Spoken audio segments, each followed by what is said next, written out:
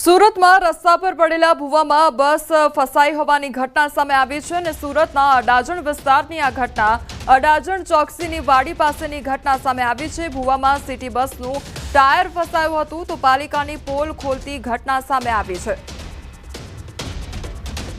તો સુરતનો આ મામલો સામે આવ્યો છે કે જ્યાં બસ ખાડામાં ફસાઈ હોવાની ઘટના બની છે। તો બસનું ટાયર છે તે ખાડામાં ફસાઈ ગયું હોવાની ઘટના સામે આવી છે। તો તંત્રની કામગીરીની પણ પોલ ખુલી ગઈ છે। ત્યારે સુરતના અડાજણ વિસ્તારની આ ઘટના કે જ્યાં બસ જે છે તે ખાડામાં ફસાઈ ગઈ છે।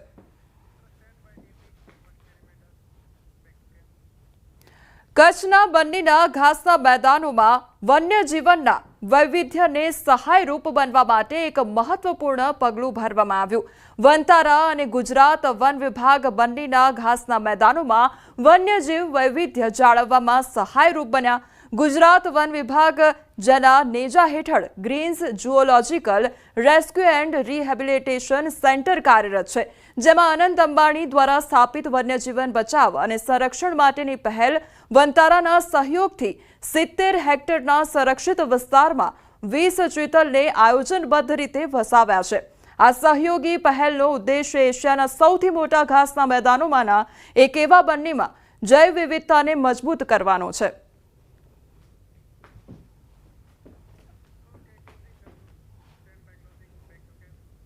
હાલ સમાચારોમાં બસ આટલું જ। વધુ સમાચાર માટે આપ જોતા રહો ન્યૂઝ 18 ગુજરાતી। નમસ્કાર।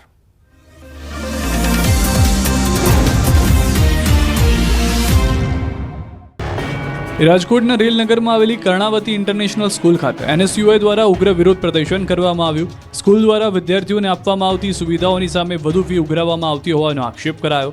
આ સાથે છેલ્લા 2 વર્ષથી આ સ્કૂલની ફી નક્કી થઈ નથી તો કઈ રીતે અને કયા પ્રકારે આ ફી ઉઘરાવી શકે એવો સવાલ પણ કરાયો। આ સાથે